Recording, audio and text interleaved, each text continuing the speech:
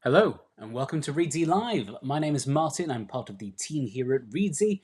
We're a platform that connects authors with the world's finest publishing talent to help you write and publish better books. Today, we've got a very special Reedsy Live, the return of our live editing sessions with Tom Bromley, Reedsy's head of learning. We're just going to hang out here for a few minutes before it all starts, but I see there's already a good, healthy number of folks waiting.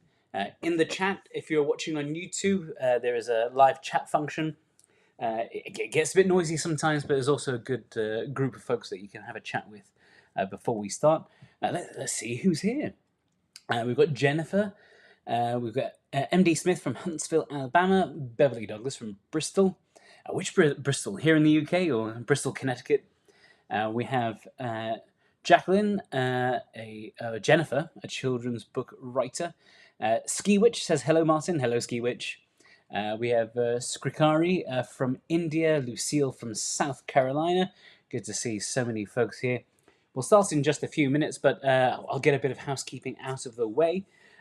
This is live on YouTube. If you give us a like and perhaps even subscribe to our channel, that'd be hugely appreciated. We put out great new content every single week, and every week or two we have these live events. If you sign up and hit the little bell, you'll get an alert every time we go live. Here's the format. If you are unfamiliar with the live editing sessions, we sent out a newsletter last week asking people to send in 500 words of their manuscript, ideally from the first chapter, with the idea that we're going to pick a few. And Tom, our head of learning, who's running our How to Write a Novel course here at Reedsy, he's going to be live editing a handful of them, showing you what goes through an editor's head when they're faced with a manuscript. He'll show you what he sees as good aspects to these manuscripts, things that can be improved. He'll mark up the manuscript right in front of our very eyes. It's all good fun. However, as I mentioned in the reminder email, we received something like 1,600 submissions. So unless everyone's willing to lock in and stay here for the next few months, we're probably only going to get to about 3 or 4 of them today. However, we've picked a decent range of genres, so no matter what sort of book you write, I'm sure there's a lot you can learn from today's session. Okay, enough blethering for now. I'm going to cue the theme song, and I'll see you in just a second for the proper start. This is the pre-show, the real relaxed, chill bit. But yes, here we go.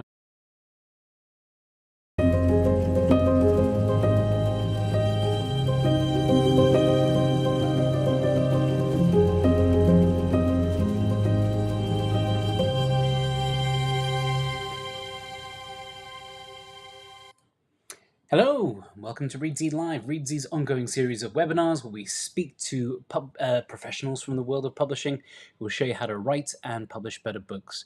Today sees the return of our live editing sessions with Reedsy's head of learning, Tom Bromley. We've asked people to submit the first 500 words of their books, or 500 words, it could be kind of from wherever. We've encouraged them to send from their beginning, and Tom is going to edit them right in front of our very eyes. Tom is, of course, our head of learning here. He is in charge of and has created a 3-month, 100-lesson course over here on Reedsy, where you can sign up and learn everything you need to know about writing a novel while in the act of drafting your first draft. We're going to be talking about that course a little bit as this goes on, but we're not going to take up too much of your time. There, of course, there's always going to be a sales element, but we'll get to Tom first. So, yes, let me introduce my guest. He is an author, he is an editor, he's a former publisher, a ghostwriter. However, we might know him best as the author of Wired for Sound. Now, that's what I call an 80s music childhood. Please welcome Tom Bromley. Tom, how are you doing? Oh, not too bad. How are you, Martin?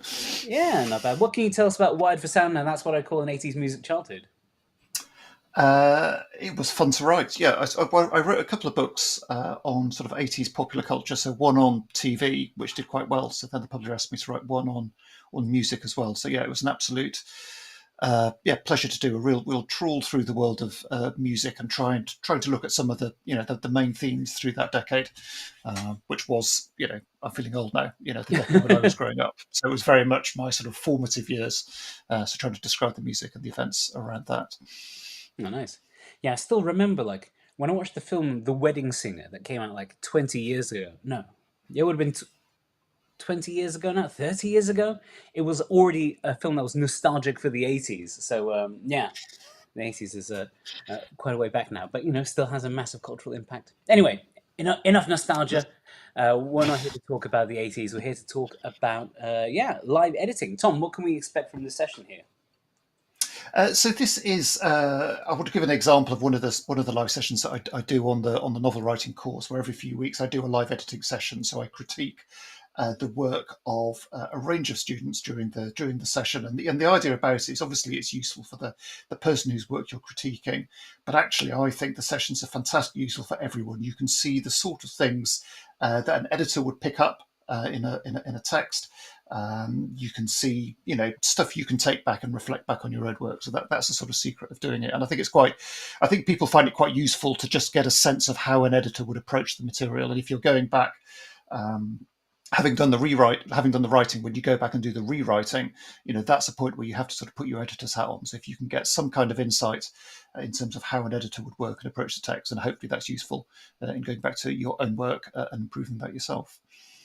Cool. Yeah, we have through the magic of technology, we'll be able to see what you're writing on as you mark up a manuscript. If you're one of the writers who have submitted the ones that Tom has worked on, don't worry, we're going to post the clean version of it afterwards, so you'll have this marked up copy. Yeah, do you think you're ready for the first one, Tom? Yep, let's get cracking. I've tried to choose a range of different manuscripts and different genres that people have written to hopefully get a spread. But there's a huge amount of submissions, as Marta was saying. So hopefully we've kind of reflected in some way the submissions that we got in. And the first one I've chosen to look at this evening is the beginning of a book called Journey to Chiron, which is a science fiction book by a writer called Shoni. And what I will do with this extract, as with all the extracts, is I will read the material through first. So as I'm reading through, have a think about what could change or what could be changed in the text, and then I will go through and make my notes. But the beginning of this book goes as follows. Jacinda could tell by the captain's posture that something wasn't right. Her eyes drifted over the top of his head to the image covering the top half of the front wall, giving the illusion they were looking directly out at the star of the centre of the system, and not inside a massive cylinder that held their feet to the floor with its spin. The tiny black dot in front of the yellow circle was noticeably larger than it had been yesterday when she'd come in at the same time to see the planet traverse the face of its parent star. She brought her focus back to the Pencilton extension emerging from her forearm console and pasted a smile on her face. Look at this, friends. She redirected the video recorder to the screen with a flick of her fingers. That spot was no bigger than a pinhead yesterday, and now it's as large as a pea. By tomorrow, it'll be like a cherry. And by next week, we could be right up alongside the planet Chiron. If we don't crash into it, came the captain's voice from beside her. Dad, she stopped the recording and glared at him. I'm trying to capture the moment here. Joe. He stood up from the console he'd been leaning over and turned the broad expanse of his torso towards her, beads of sweat combining to form rivulets that trickled down his temples and into his strawberry blonde, grey-flecked beard. Can you get out of here, please? This is not the time. Her eyes opened wide. What do you mean? I come at this time every day to see Chiron's passage, and I need to be here for the deceleration. Isn't that starting today? But he wasn't listening. He had placed his hand back on the human navigator's shoulder and was speaking urgently into her ear. Jacinda looked at the other technicians scurrying about the vast hall, some talking to each other and some their falcons, still others who seemed to be talking to themselves, their mouths opening in small, deliberate movements while their eyes flicked up and down from the floor in front of them to the navigation screen and back again. Jacinda let her own line of view travel back down to her personal screen, and she silently touched record. She took a few steps away from her father's tense figure and began to speak quietly. As far as I understand, what's supposed to happen here is that the ships should flip 180 degrees so that we're facing back out into space. The engines will keep firing at full power, which will slow our progress enough to come comfortably into orbit before they power down to hold us there. Is that about right, Aila? Her AI companion spoke calmly in response to her given name. That is correct. Would you like to see a simulation of the deceleration protocol? No, that's fine. I can paste it into the edit later, thank you, replied Jacinda. But can you tell me why everyone here is in a mild panic? Okay, so this is a good, solid, atmospheric, intriguing beginning to a science fiction novel. And I think that one of the challenges in writing any book, but I think always particularly when you're writing science fiction or when you're writing fantasy in particular, is how much world building you need to do right at the beginning to get the story up and running. I think there's a challenge in any story, and we're going to look at different kind of genres this evening, but I think in terms of world building, the harder task is for science fiction and fantasy writers here. I think thinking about the description is one element of that. The second element is thinking about the information, how much information to give the reader and when that information should land. And I'll talk through that in the edit in a second. The second main thing I would say in terms of this script is to think a little bit about what that central protagonist is doing. I think as much as possible, you want your characters to be, your central characters to be active rather than passive. You want them to be pushing the material forwards. And the danger is when characters are observing or looking, that they're feeling a little bit more passive. So it's finding a way in a scene like this to ensure that they're kind of moving and that they're actively involved. And then the third thing, which I think is crucial, particularly at the start of the book, any book, is how you get that story up and running. And one of the things I always say with new writers and writers at the beginning is, why are we beginning the story at this particular point? And here I think we've got that right at the start. So we've got this moment here. One second. Let's just try that again. We've got this moment here, this opening sentence. Jacinda could tell by the captain's posture that something wasn't right. So immediately we sort of know why we're being dropped in at this particular point. And then as the material goes on, we come back to this point. And actually, I think the author does this pretty well. I would bring it out a little bit more, but we have this detail down here where her father is worried. Can you get out of here, please? This is not the time. And then at the end of the section, we have replied Jacinda, but can you tell me why everyone here is in a mild panic?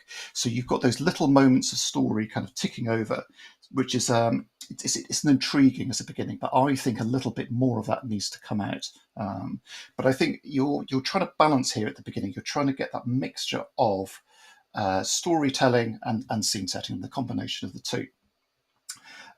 Couple of the things that in this beginning sentence, which I think are important, how this piece works. Firstly, I would look at this phrase here, could tell.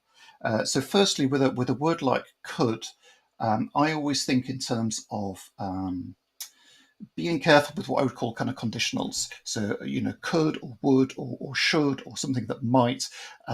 It sort of qualifies what's going on, and it's much stronger if something is definitely happening. And I think that's particularly true in an opening sentence. We want something that is definitely happening rather than something that could be happening or might be happening or should be happening. So that's the first thing I would say. The second thing I would say is this word tell. So we talk quite often in writing about the importance of showing and telling. And here we're having a tell really kind of right in this opening sentence. Jacinda could tell by the captain's posture that something wasn't right. I think that's great, but we don't get to see what the captain's posture was. And I think in terms of showing the reader, it would be stronger if we began with that bit of posture and then we can interpret that for ourselves rather than being told precisely what that is at this particular juncture. But I think as an opening sentence, the idea is right. I talked a little bit about this idea of looking. So we have her eyes drifted over the top of his head. And then further down here, we said we brought her focus back to the Pensilton extension. So there's quite a lot of observing going on in this scene. I think mixing this up with a little bit more action is good. So where we get into this paragraph here, and she's videoing what's going on, I think that's great, and a bit more action there kind of works extremely well. I think other details in terms of the setting and the grounding in this beginning are really, really important to bring out. So her eyes drifted over the top of his head to the image covering the top half of the front wall. I think front wall is a little bit confusing. It's unclear whether on a ship or in a building or whatever is going on in this opening thing. So I think being more specific in the details here is really, really important. Then as we go on, we have this slight kind of repetition. I would say we've got this paragraph here. The tiny black dot in front of the yellow circle was noticeably larger than it had been yesterday when she'd come in at the same time to see the planet traverse the face of its parent star. And then in this next paragraph, as you see here, where she's talking into the video, that spot was no bigger than a pinhead yesterday, and now it's as large as a pea. That's sort of the same detail, and I don't think you need them both. And the other thing I would say here at the beginning is that this is what I call a single sentence paragraph, which is great to use in terms of emphasis, but actually I don't think here this is the bit that needs to be emphasized. So I would save using that single sentence paragraph for something more significant and more important as the scene goes on.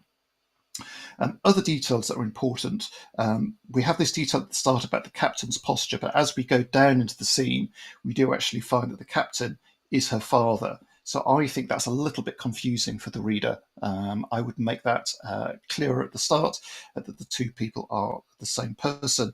And in a similar way, in this first sentence, this first paragraph, excuse me, she is looking over the top of his head. But then when we get down here, we have came the captain's voice from beside her. So here, as a reader, I'm slightly confused. Are we? Is Jacinda behind her father, or is she kind of next to him? So little details like this, I think, are kind of really, really important to kind of get right, kind of right from the start. So I would say in this opening here, I wanted a little bit more description. I suspect this is the paragraph to do this in, where she's videoing. That gives her the space to go into a little bit more detail there. But I think it needs a little bit more to ground the reader than is being given at the moment. I'm just going to talk about a couple more things going down before we move on to the next one. And this paragraph here, where we have her kind of father introduced, and here we get a little bit of detail of what he looks like. I think it's always a challenge when you're introducing characters for the first time. But here we've got a slightly funny mix of details being given. So we start with the broad expanse of his torso. Okay, that's good. But then we move straight onto the face. Beads of sweat combining to form rivulets that trickled down his temples and into a strawberry blonde grey flecked beard. So actually, if you put those bits of detail together, you're giving the reader something, but I think you're not giving the reader quite enough there. If we've got the sweat coming down his face, that would be a moment to give a bit more detail about the face. I think the beard is good, but we just need a touch more there, I would say. And other little bits about detail, I just wanted to flag. Yeah, so down here at the bottom, in this final paragraph, we have, he wasn't listening. He placed his hand back on the human navigator's shoulder. So that's quite an intriguing thing to say, because that implies that actually the characters we've seen so far aren't human. And if that is correct, then that needs to be just emphasised a little bit earlier on, I would say. But I think that there's lots in here. And as I say, the stories there, the idea we join this point where something wasn't right, and for a beginning, that's exactly what you want. So I bring that out a little bit more, ground the reader a little bit more, and then I think this is a good start and a strong beginning to the story. Okay, I think we're going to pause there. Cool. Yeah, I'll give you a second to drink. And I'll put on my techie hat first. Is there a way to get that microphone a little bit closer to you? Or is there no space on the desk? Let me try and move it a little bit. Yeah. How's that? Is that any better? Oh, yeah. Much better. Nice. Okay, good. Cool. So while we get ready for the second one, thank you for sending that one in. What's the name of the author again? Shoni, I think it was written at. That was great. But yeah. Yeah, so of course we're doing this and bringing Tom on as in his capacity as the head of learning here at Reedsy. So We're just going to take just one quick minute to talk about the course that he teaches here. I know that a lot of you are familiar with it already, but it always bears repeating. Tom, so what is the SparkNote version? What's the elevator pitch of this particular course? Well, I try and pitch it sometimes as a sort of NaNoWriMo meets masterclass kind of course. So the idea is that you're trying to write a full first draft of your novel over the full, basically kind of 3 months, kind of thereabouts. But rather than just writing in a month to do in NaNoWriMo, we are filling those months with teaching. So you're getting a daily video from me. Each of which are kind of 10 to 15 minutes long, Monday to Friday. And then we have a panel of authors who I interviewed who formed the kind of Saturday session. So you're getting these videos on different themes as you work through with the writing. And that's combined with two further elements. Firstly, I run a live session. So some of them are live editing sessions like this. We also have further guest authors along, and I run kind of set masterclasses as well once a week. And then thirdly, we have this community aspect. So rather than being isolated, I think writing can often be quite an isolating thing to do. You have this group, this cohort to work with, to share your work with, to get feedback from. And hopefully all that combined together gives you the momentum and support and enthusiasm and encouragement that you need to kind of get that first draft down. Cool. Yeah. So we've got some special news about our upcoming April cohort, which we'll share in the next break. But it's a fantastic course. I've taken it myself. Really, really good. I wasn't actually writing. Well, I started writing my book at that time, and things got in the way. But the great thing is, when you sign up for it, you get access to all those masterclasses that Tom talks about for an entire year, and all the video classes that you'll be learning from throughout the entire course. You'll have access to that forever.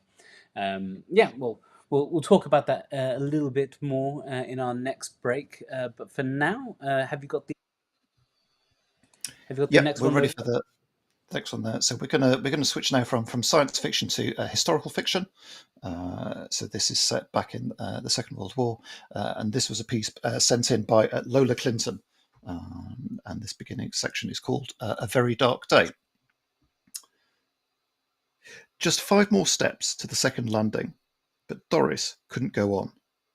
The canteen of soup seemed to weigh a ton. She grasped the banister as a wave of dizziness came over her. Her head throbbed, and her chest felt tight. Open-mouthed, she struggled to suck the cold, thin air into her lungs. She wanted to keep going, but her knees buckled, and she collapsed onto the stairs. She thought about returning to the warmth and safety of the basement kitchen, but the fire watchers on the rooftop needed the soup. She didn't want to let them down. She stood up and continued slowly to the top landing. When she pushed open the heavy oak door to the roof terrace, a blast of icy air hit her in the face and whipped around her body. She wished she had worn her coat. The winter sky was clear, but a full moon was rising out of the sea. Soon it would be night, and the entire city would be lit up, making this a perfect night for another air raid. She looked across the naval dock where only a few ships remained. Most of the fleet was somewhere on the high seas, hunting or being hunted by German ships, or worse, U-boats. She shivered and briskly crossed the terrace to the Anderson shelter, tucked up against the eastern wall. The drab metal shelter was out of place against the beautiful white granite columns of the Guildhall, but it sheltered the watchers from the biting wind and gave them somewhere to store their equipment. In the shelter, Thomas Greenford and Robert Cairns were huddled over a 2-bar electric fire, which cast a warm glow over their wrinkled faces. Thomas smiled broadly when he saw her. "Ah, Doris, come on in." Robert's eyes lit up. Pea soup." Doris placed the canteen on an upturned crate between the two men. The comforting, earthy smell of the soup filled the small space as Robert unscrewed the canteen and poured the soup into 2 melamine bowls. Doris felt another surge of panic rising, and she frowned. "What's wrong, love?" Thomas asked gently. "Oh, I don't know, Thomas. I'm just not myself." "Still no news of Caleb?" Thomas asked. Doris shook her head. Not since his ship went down." Her voice trailed off. Thomas shook his head sympathetically. "I hear some of the seamen were picked up off the coast of Guam. by the American Navy. Doris sighed. The worst thing is not knowing. Thomas continued. At least Norma's safe in Wiltshire. Training as a nurse, isn't she? Doris sat down dejectedly. She was till she joined the ATS, and now she's with the fire service in London, in the thick of it. Robert Cairns slammed his empty bowl on the crate and said bitterly, "This bloody war. Nowhere is safe. Nowhere. We've had 30 raids since it started. 30 in 6 months. And that's just here in Portsmouth." Okay, so here we are in the Second World War, rather than in the future, in terms of kind of science fiction. And here we're with our protagonist character, kind of Doris. And I'm going to start actually on this second page here whilst I'm here, because I want to talk just a little bit about the use of dialogue. This is a scene where we start with a very good piece of action writing, I think, but there's lots of good body language and body action right at the start. But as the piece goes on, then we move to have this conversation between Doris and these other two characters. Couple of things I would say immediately with writing dialogue is always be careful with the use of adverbs as you're going through. And there's a couple kind of ticking in here. So we have Thomas shook his head sympathetically. A second. There we go. Yeah, Thomas shook his head sympathetically. Doris sat down dejectedly. And down here we have and said bitterly. And I think each of those words there can be replaced. I was doing a session on Monday night with one of the groups, and someone was asking about what was wrong with using adverbs. And I would say that adverbs generally are a bit of a tell, and usually that's information you can show the reader. And I'm not absolute on adverbs. I mean, there's that famous phrase by Stephen King where he talked about how the road to hell is kind of paved with adverbs. I would divide adverbs up into what I would describe as adverbs of gradation, so maybe kind of quietly or loudly, and adverbs of emotion. And I think if you've got an adverb of gradation, there is an argument sometimes for using those, because actually the amount of work taken to get that detail across, it's quicker just to get the adverb and move on. But if you've got adverbs in terms of emotion, then I think you need to show these. And I think each of these here, sympathetically, dejectedly, and bitterly, that I think you can bring out in the text. And actually here, each of those is generally being done. So in that last bit where Robert is talking, he slammed his empty bowl on the crate and said, "This bloody war." I think it's quite clear that he's talking bitterly. I don't think you need the adverb there. I think when Thomas shook his head, I think there's a way you can bring that out with a little detail to make that feel more sympathetic. Similarly, in the way that Doris sits down, I think you can show that too. The other thing I think, which is really important in terms of speech, is where you put the tags. And I think the easiest way to put them, I think, usually if you're using them, and here where you've got a scene with three characters, you do need the tags there so we know who's speaking. But they're better in the middle or at the end. I think if you have them at the beginning, and I would just look at this run here. Doris shook her head, not since his ship went down. Doris sighed. The worst thing is not knowing. Thomas continued. At least Norma's safe in Wiltshire. Doris sat down dejectedly. She was till she joined the ATS. And having that run there at the beginning interrupts the rhythm and flow of the conversation. So I would either have them in the middle. So, that one there, Thomas continued. There's a natural break there where you could have it. At least Norma's safe in Wiltshire, Thomas continued. Training as a nurse, isn't she? And then you've got the tag there, but it's fitting in what would be a natural pause in the sentence. I think if you ever find yourself writing and you have a run of details like that at the beginning of speech, I would look at kind of removing them or moving them in the script, because it will just help with the rhythm and the flow of the conversation as a result. Okay, so let's go back up to the beginning. Here, going back to that question I asked with the first piece about why now, we know that something is obviously kind of troubling Doris greatly. Doris couldn't go on, and actually the description of her being unable to do this is done kind of really, really well.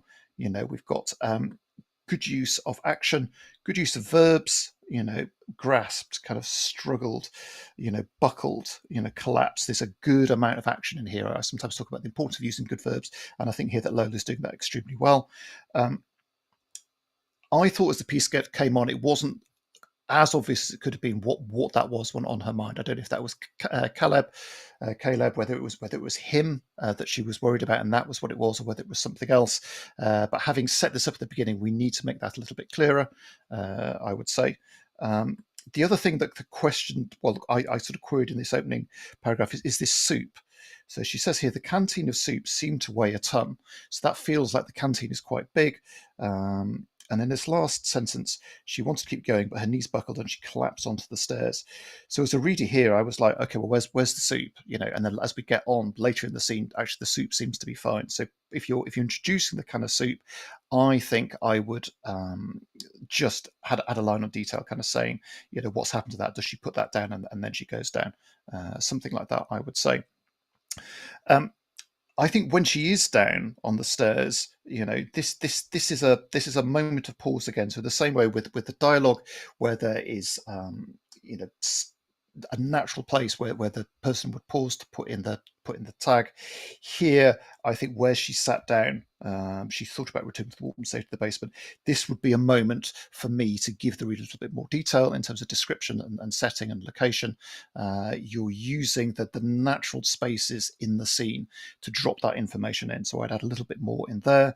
I would watch where you have a run of sentences beginning with the same word. So here we've got a run of 3 here. She thought about, she didn't want to let them down. She stood up and continued slowly. So here, I think if you're using a repetition of the first word in a sentence for dramatic effect, I think that's great and that's fine. And there's a justification for doing so.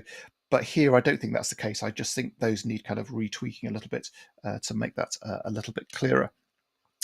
The other thing I wanted to mention before we move on to the next piece that I appreciate, I've done the end of the end of the scene and the beginning of the scene, and that's this kind of switch across here. So we've very much been with Doris's point of view in the first part of the scene as she goes to deliver the soup to these guys up in the hut on the roof.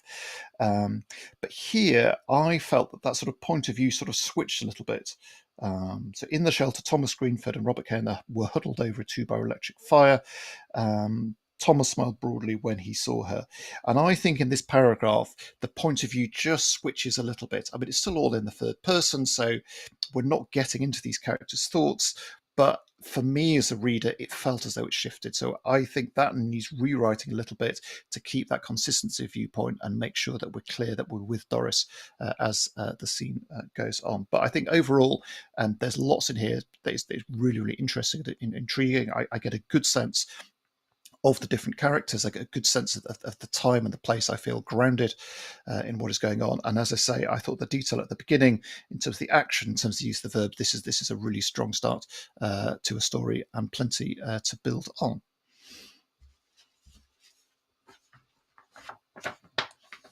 Cool. Thank you. Who was the name of the author for that one? It was Lola Clinton. Okay. Thank you, Lola, for sending that one in. Great. This is a little break, a chance for Tom to get a sip of water while I talk a bit more about the course. Let's see, let's bring this up here. We've seen this one, of course, but I mentioned before that we were doing something special for our term starting in April, which is special one-to-one book coaching. So far, a lot of the interaction within the courses has been with Tom in the master classes that run every week, and then there are also his live editing sessions like this one that he does regularly. But just for April, we're testing out a new program where we're assigning a writing coach with experience in the genre to each and every student who takes part in the April cohort. What this means is that you'll be provided with 3 40-minute sessions with your coach throughout the course there. So we'd recommend, I think, that towards the beginning, the students would contact their coach and set up a conversation where they can talk through some of the planning elements and make sure they're sort of going in the right direction before the drafting starts. So this is very much designed for those authors who are in the process of writing their first draft. There will also be opportunity for manuscript feedback before each session. So we're encouraging our students to submit, I think, up to 2,000 or 3,000 words to their coach ahead of time. They can get back written feedback and discuss some of the writing. So it's an opportunity to get that specific one-to-one feedback with an experienced coach. These, of course, are all editors taken from the Reedsy marketplace. They've got experience as coaches, but also as editors within that genre, so they'll be able to give you decent insight into sort of tropes of the genre, how things are working, and where it might fit into the market. Also, there'll be support via messaging throughout. So if you have any quick questions, you'll be able to ask that of your coach just to get pointed in the right direction there. Oh, and someone asked about costs. We'll talk a little bit more about that later. But these costs $1,249 US, or you can split that into 4 payments of $349. Yeah, we're keeping it at the same price, even though we're adding in the book coaching for this cohort, this April 8th one. So if you want to help us try figure out this new feature, we've yet to decide whether we're going to add it as a feature for our terms going forward or what the pricing is going to be. But we're really looking to get some students on board and sort of help us figure that one out there. We'll talk a little bit later. Talk about this a little bit more later. But you can go to reedsy.com/learning and book your spot in there. It starts in just a few weeks, and we've still got some spaces. We'd really love to have you on board. We'll talk about that a little bit later. Again, Tom. Do you want to? Let's crack on with one more. We'll have a bit more of a chat about the course after that, and there's going to be time for a Q&A at the end, I believe. What's the next book we got? What's the next extract? We're going to Australia for romantic comedy with this next one, which is written by Rebecca Estero, and this is called Meant to Be. And I'm not going to attempt an Australian accent. I think you'd be pleased to hear. So if you just imagine the Australian accent in your head as we're going through. Okay, so this one begins as follows. What are you thinking, Shaz? Rose? Horseshoe? Elle Adams stuck her head around the divider between her classroom and that of the Year 2 teacher next door and let out a high-pitched shriek. Sharon West jumped and looked for the threat. Not group, Sharon. Have you lost your mind? Sharon laughed. God, Elle, I thought we were under attack. You will be, Shaz, on Monday morning. Oh, Elle, it will be fine. I always start with groups. It builds relationships quickly. Exactly. Relationships, to be avoided at all costs. They must bond to you before they bond to each other, or you face a certain mutiny at some point before the end of term 1. Elle paused. Hence why I'm doing girl, boy, girl, boy. They'll be so worried about cooties, they won't form any relationships at all, and I will reign supreme, lording it over my devoted subjects. With a strong British accent that accompanied her proclamation, she was very convincing. If you say so, Elle. But in 20 years of teaching, I've not yet suffered a mutiny, so I'm going to stick with groups. Elle shrugged her slender shoulders and tossed her netball between her hands. I suppose you have stood the test of time, Shaz. Meanwhile, I am absolutely dreading Monday, and I'm only starting my 3rd year. Elle sighed. You know who I'm getting from prep, of course. Hunter. The boy who growled at me like a wild dog when I told him off on duty for looking under the toilet doors. That was the strangest reflection sheet I've ever had to write. Well, you're handing me on Jaden, or more to the point, Jaden's mum, so you have nothing to complain about, Elle. I will admit to being very happy about that, said Elle with a laugh, but then quickly returned to her previous state of dejection. Why, oh why did I waste the school holidays mooching around in Portabinda instead of doing something exciting, or at least productive? I could have hired a van and travelled around Queensland, or I could have written a trilogy of novels. As she spoke, Elle lay down on her back on Sharon's classroom floor and flicked her netball up with her wrist, letting it settle back down in her palm, and then flicking it up again. In fact, I could have done both at once. You want to write a novel? Asked Sharon. Since when? Oh, since forever. I've got plenty of ideas, smutty ones. Sorry I asked, said Sharon, grabbing the sticky tape dispenser and beginning the task of sticking laminated name tags to each desk. Oh no, I promise you, you won't be sorry if you read my novel, Shaz, once I finally write it. I've had plenty of time to perfect my heroine's imaginary sex life. I've been channeling all of my sexual frustration into Miss Verity Harbinger. I haven't had sex in over a year, remember, and even then it was vanilla. There's been a lot of frustration to channel.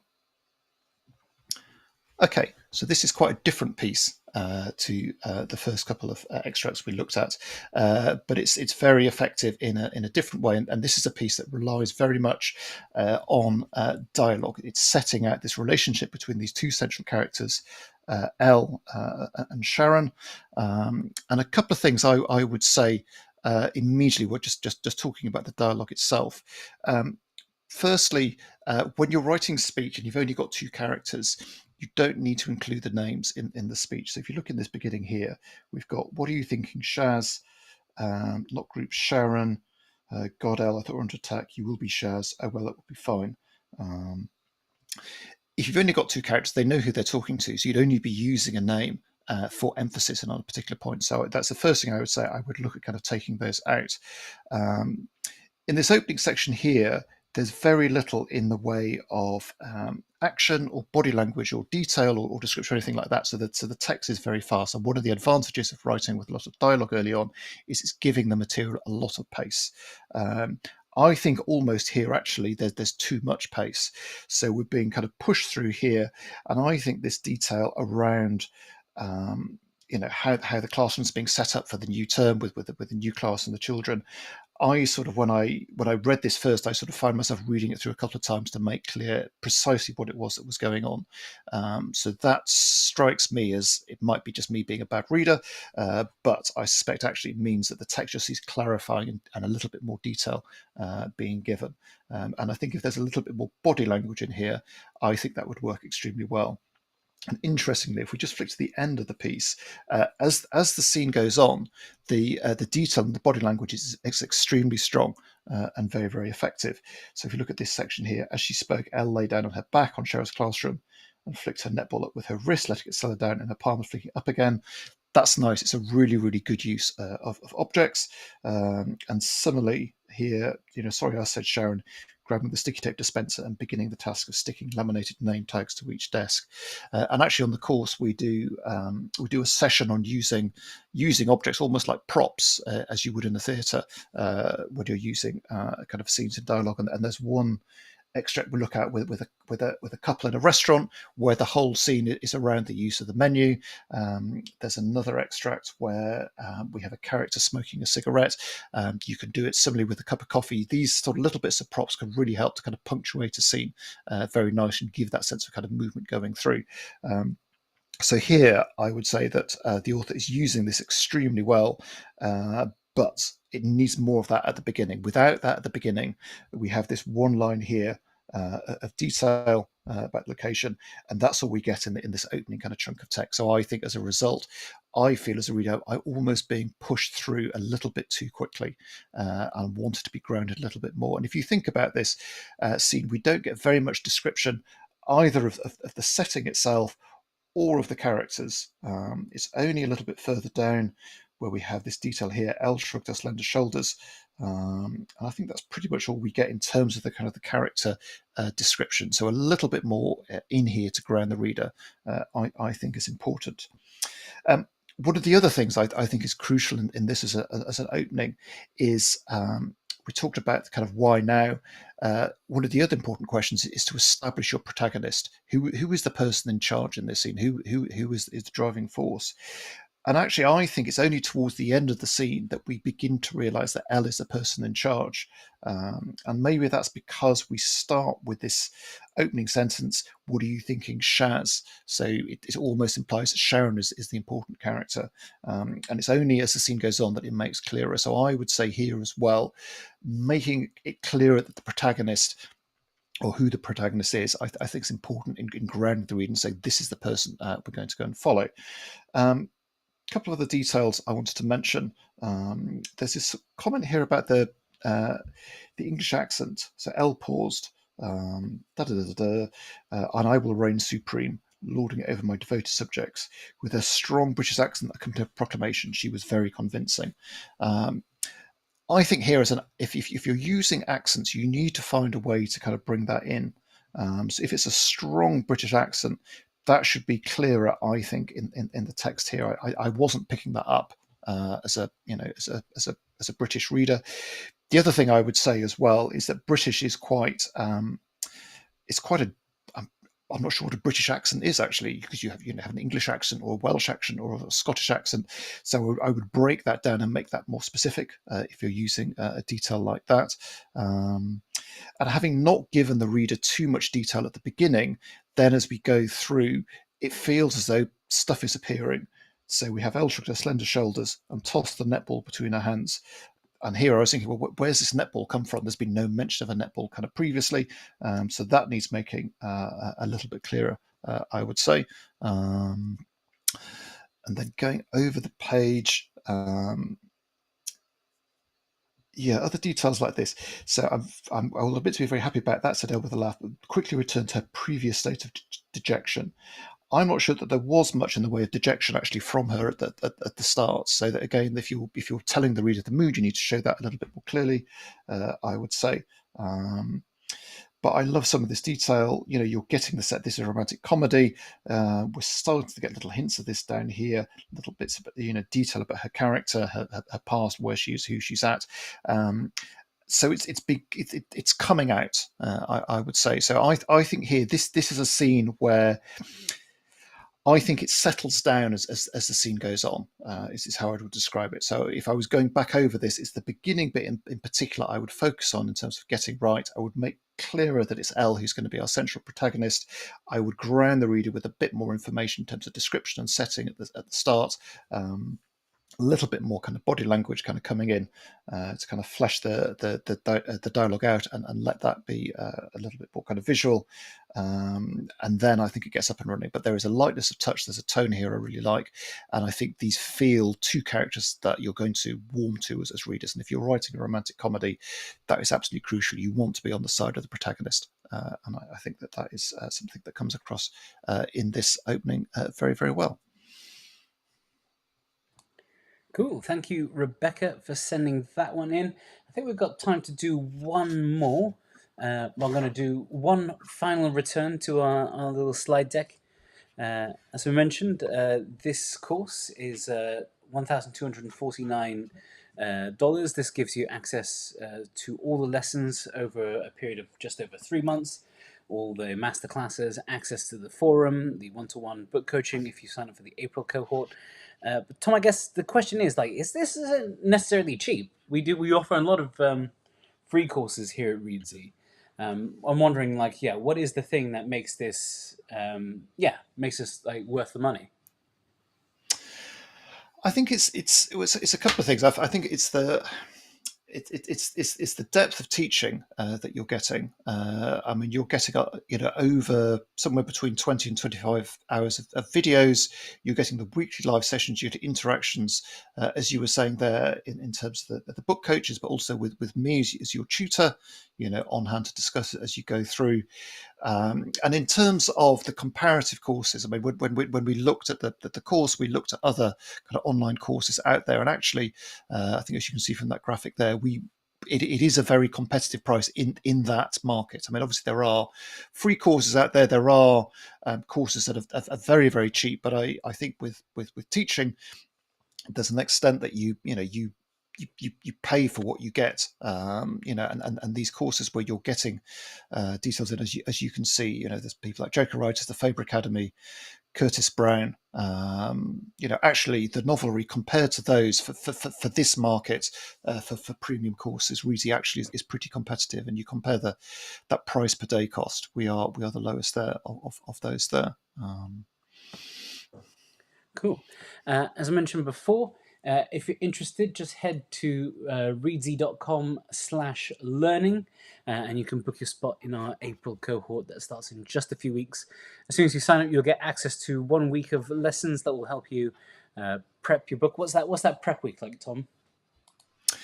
So we're focusing on what I call the 5 Ps, which if I remember rightly, the pitch, the plot, the protagonist, the point of view, and the place, the setting. So there's a session for each of those to check that you're, novel ready to get started. And I think one of the things with that week is working out for yourself as a writer how much prep you feel you need to do before you start writing.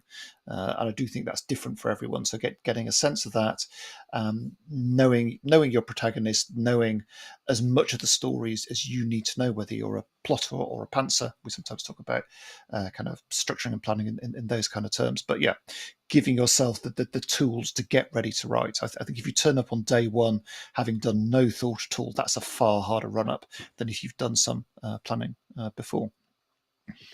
Cool. Yeah. Of course, that April cohort will have the one-to-one book coaches, but we also have other cohorts running. One starting in May 20th and another one on July the 1st. So yeah, just head over to reedsy.com/learning, and you can find out more about what's involved in this course. Great. Um, right, we'll have a short Q&A at the end, but before that, Tom, I believe we have time for one more live edit. Yes, and we're going to go spy thriller completely differently again to close these edits. And this is the beginning of a book called The Auroral Contingency by a writer called Tom Tate. And this beginning goes as follows. The snowmobile launched off a massive buildup of snow and soared through the air. Agent Lance Tucker manhandled the machine, negotiated a perfect landing, and gunned the engine. Not all of his 6 pursuers were able to clear the same bank successfully and continue their pursuit. He glanced back and grinned with a feeling of satisfaction. 2 down, 4 more to go. A gentle snow fell as automatic weapons and the screaming of engines ripped through the once quiet air. Lance tensed and prepared for the worst. Bullets peppered the terrain all around him as he dodged and weaved through a dense line of trees at the forest's edge. It lay a few hundred yards ahead, and he aimed for the closest opening. I can lose him in the woods. The windscreen starred as one of his pursuer's slugs tore through the fabric in his coat, narrowly missing his elbow. The ground flattened out, and Lance reached into his heavy white garment and pulled out his sidearm. With his right hand on the throttle, he turned back over his left shoulder and fired 3 rounds. The bouncing made it difficult to steady his arm.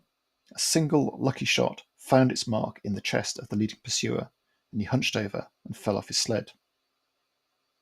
The second in line ploughed into the body and lost control. Lance smiled. From his mirror, the rider dove off and rolled. The abandoned snowmobile capsized and slammed into a boulder, disabled from the chase. That's 2 more. He steered into the tall pines at maximum power, eyes wide with fear as projectiles whizzed past him. He thought back to what Marshall had told him about getting caught. An uneasy feeling crept over him. The fear pumped adrenaline through his veins. Bark from the trees exploded and bounced off his thick winter coat as the flying lead penetrated the forest surrounding him. The flying lead penetrated the forest surrounding him. Lance looked in front of him and scanned the landscape, searching for the best route to make his escape. He changed his heading to an outcropping of rock to his 3 o'clock. Beyond the stone was a clearing. A road was visible. It led out into the vast area known as Siberia. As he sped along, he manoeuvred his machine towards the rocks when another barrage of gunfire came his way. 4 bullets struck his ride, and a 5th hit his right calf. Oh shit, I've been hit. Damn it, oh god, I've got to lose them. Screaming and wincing in pain, he trudged forwards. The motor sputtered, and he turned to look behind him as 2 men on snowmobiles entered the wood behind him. It struggled, smoking from the damage. He made a desperate attempt to find a place where he could take cover. He panned left, then opposite. The speed of each breath increased while his engine choked and oil spewed out of the side. In his futile effort to keep his sled moving, his right runner slipped under the fallen branch. Okay, so this is quite different again from the different pieces that we've looked at this evening. This is an action piece. It's quite visual. It feels quite quite movie-like. You can imagine almost like a James Bond kind of movie chase in terms of what the writer is writing here. And I think one of the things when you're writing action, I think the author does this very well here, is using quite simple, straightforward sentences, nothing too complicated, simple language, and letting the pace of the action carry the scene forward. So phrases here like, he panned left. Oops, sorry. Just took on. He panned left, then opposite. The speed of each breath increased. Um, in his futile effort to keep his sled moving, his right one has slipped under the fallen branch. There's nothing complicated in the language here, and I think when you're writing action, that's how you need to write it. You need to let the reader visualize what's going on. So you don't want to kind of complicate things too much. And there's a brilliant paragraph just halfway down the page here. This one here I thought was great in terms of its sequencing. So we start with the windscreen starred as one of his pursuers. Slugs tore through the fabric in his coat. The ground flattens out. Lance reached from his heavy white garment and pulled out his sidearm. With his right hand on the throttle, he turned back over his left shoulder and fired 3 rounds. All very clear what is going on. So there's no confusion here, and that's not easy to write. That to me is writing the where the writer has got it clear in his head, and he may well have gone through several drafts before we get to get to the level of clarity that you've got here. And I think something that writers sometimes mistake or don't quite get is that a text that's easy to read isn't easy to write. There's work that's gone in, and I can feel the work in this material as it's worked through. Before I go back to the beginning, I just wanted to mention one thing here at the end. I mean, with each of these pieces this evening, I've talked about writing the material, so reading the material. I've read it out loud, and here I think it's crucial to hearing not just the rhythm but also repetitions. So here in this sentence, the motor sputtered, and he turned to look behind him as 2 snowmobiles entered the wood behind him. I think if you had been reading this text out loud, you would have noticed that instantly and taken one of those out. So I would always encourage people, where possible, to read the material out loud to themselves. It's particularly useful in terms of dialogue, but it's also useful in terms of kind of text more generally. I wanted a little bit more, I think, again, in the way of description and specifics. I would always avoid descriptions in terms of size. I never find very helpful to visualize the things big or large or small. That's no use. The build of snow. How is that massive build of snow? What is that like? The other thing I think is really, really important as a text is to bring that sense of tension in. Is this person going to get away? And here at the beginning, I think the tone isn't quite right. So we've got Agent Lance Tucker manhandle the machine. I wasn't quite sure on the word manhandle. That felt a little bit rough in terms of what he's doing. I would have liked another description there to show exactly how he's performing this particular maneuver. But then here we have negotiate a perfect landing. None of his 6 pursuers were able to clear the same bag successfully. He glanced back and grinned with a feeling of satisfaction. And I think those 3 phrases here, perfect landing, successfully, feeling of satisfaction, it's almost too easy for this guy. And where I think this piece really picks up is where things are more in the balance. So when we go down the page, we talk here about his eyes wide with fear as projectiles whiz past him. The fear pumped adrenaline through his veins. This is much better now. As a reader, I'm feeling more on this guy's side. Is he going to make it or not? And when he gets hit here at the end, you do get more sense of a threat and more sense of what he's up against. So I think for me at the beginning, I would tweak that a little bit and make that a little bit more, or make that character a bit more vulnerable. We hear that he's in Siberia. We want to know why he's being pursued. I think a little bit more detail dropped in here would be good. Not too much, because you don't want to slow the action down, but a touch more detail I think would be good. The other thing I wanted to mention, which I think is great in this scene, is the use of single sentence paragraphs. I touched on those earlier. Here, I think they work really well to effect. So we've got sort of longer paragraph, single sentence paragraphs, or 2 very short sentences in that paragraph there, longer paragraph, short paragraph there again. So you've got this shifting in pace, and each time when you hit that single sentence paragraph, and this is where we've got the character's thoughts, they really stand out. So as a technique, I think that's really, really effective, and is great writing in this genre. And the final thing I would say is just thinking about the detail in the description. I mentioned massive earlier on. A dense line of trees, again, I think that could be stronger. But the one that stood out for me here was gentle. A gentle snow fell as automatic weapons and the screaming of engines ripped through the once quiet air. I think for that I feel is almost too strong. The automatic weapons and screaming of engines, but gentle is not the right word for this scene. I think come up with a different word. I wonder whether, a light snowfall is good. Gentle feels too smooth and too easy, and again that just dampens the tension down. And I think in a scene like this, you need to ratchet the tension up as much as possible. But as I say, I think this is a really strong piece of action writing, and it feels very visual and cinematic, and a lot of work has clearly gone in there. So there's a bit of tweaking to be done, but again, as with all the pieces, I think there's a really good foundation for these writers to kind of move forward and develop their novels from here. And I would just want to say thank you to everyone who's submitted, but thank you particularly to those writers whose pieces I've looked at this evening. I know it's a slightly scary and daunting thing to have your work critiqued in front of lots of people, but I hope it's a useful exercise both for them and also for the rest of you listening around the world. Great. I know we're rushing up against the hour, but yeah, maybe have time to get in a question or two. If anyone has a short question they want to put in here, uh, do that and we'll bring that up. Just to let you know, on top of having this course, Reedsy is, of course, a platform where you can find plenty of great literary editors.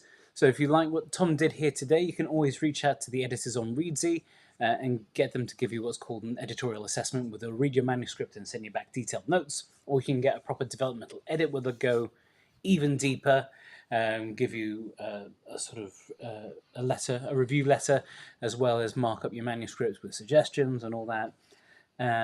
Okay, I've got some questions here.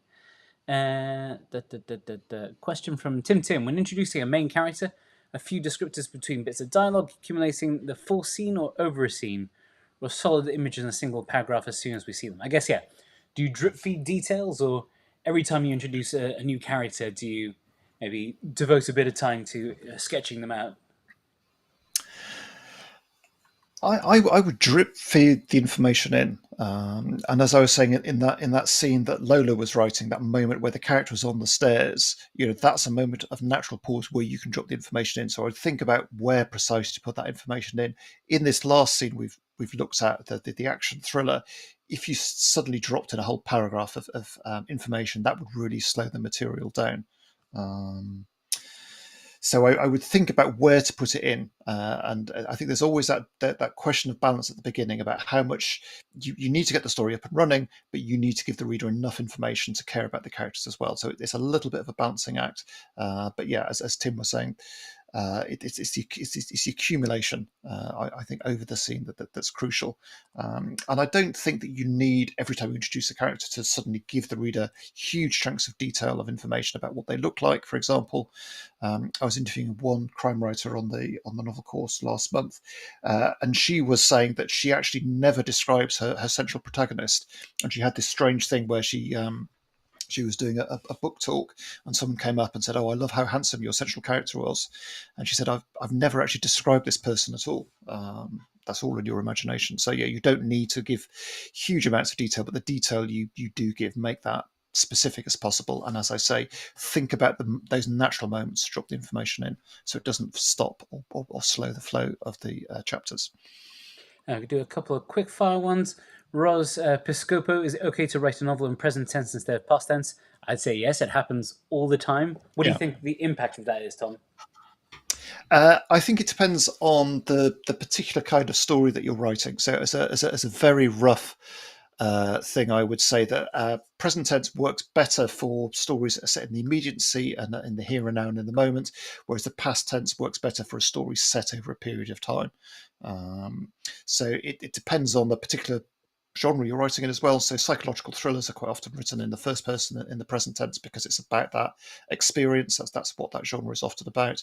And the other thing as well, I would always say in terms of tense and also in terms of point of view, is it depends what you as the writer feels comfortable in writing in. I think there has been a shift more towards present tense writing in the last 10 to 15 years or so than there has been previously. So I think it's still one of those things whether it will be seen as being a sort of fad or a trend over the last couple of decades, whether we'll go back to writing in past tense. But historically, most books were written in the past tense, and it's only probably the last 20 years that it's shifted, and now it's probably pretty evenly split between the two.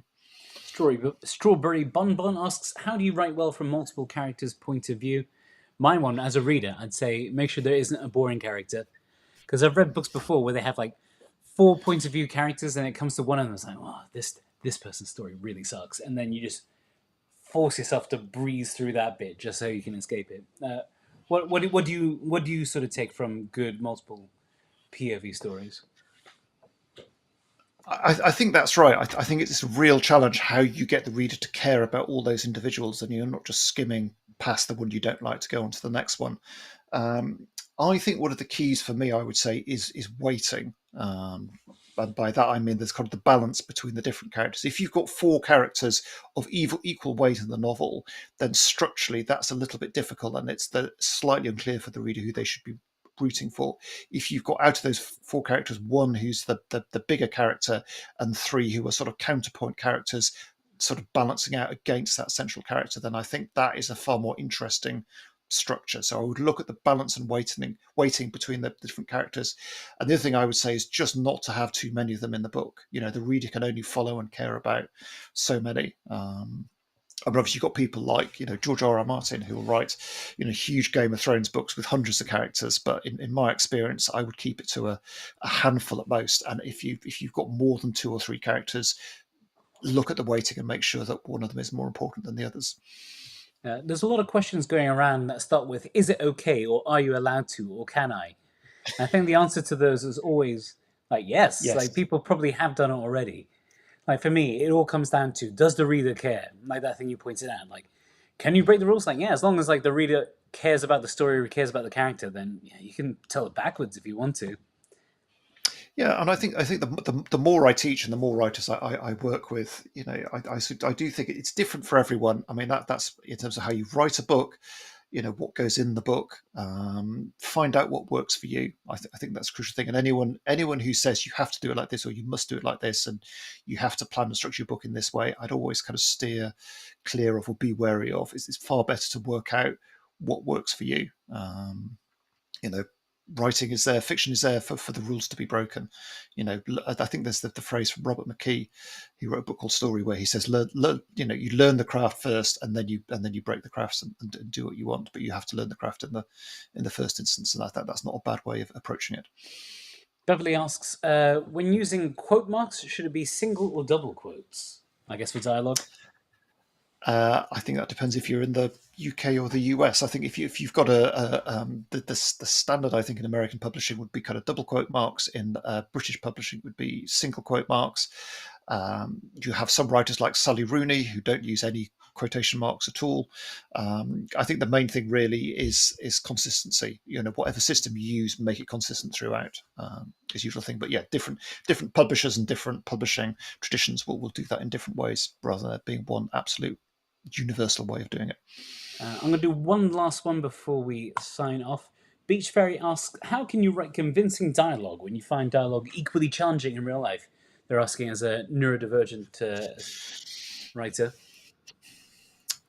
I think that what are the secrets of dialogue for me probably is listening. Actually, so one of the exercises I always recommend writers do is go and sit in a cafe and get a cup of coffee and just tune into the conversations around you. I think understanding the ways and feels of speech and making it feel authentic is crucial. And the more you do that, the more you understand that people don't speak in kind of full sentences. And there's pauses and breaks. If you saw a transcript of how I'm speaking right now, there'd be lots of gaps and grammatically incorrect things. But dialogue isn't grammatically correct.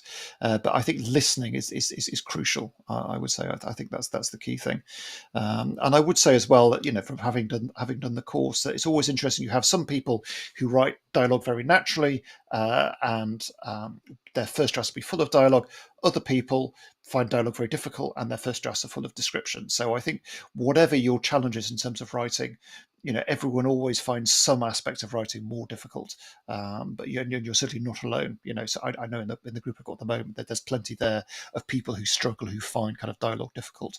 But yeah, I think listening for me is the key to kind of getting that feel kind of right and authentic. Heard so many authors talk about like when they're writing young characters these days, they just sort of like hide out in the living room and listen to their own children talk to their friends over. I was about to say the phone. Do kids talk to each other on the phone anymore? I don't know. Uh, but Yeah, Tom, thank you so much for this. People have been that's asking, been are a we going pleasure. to do another one?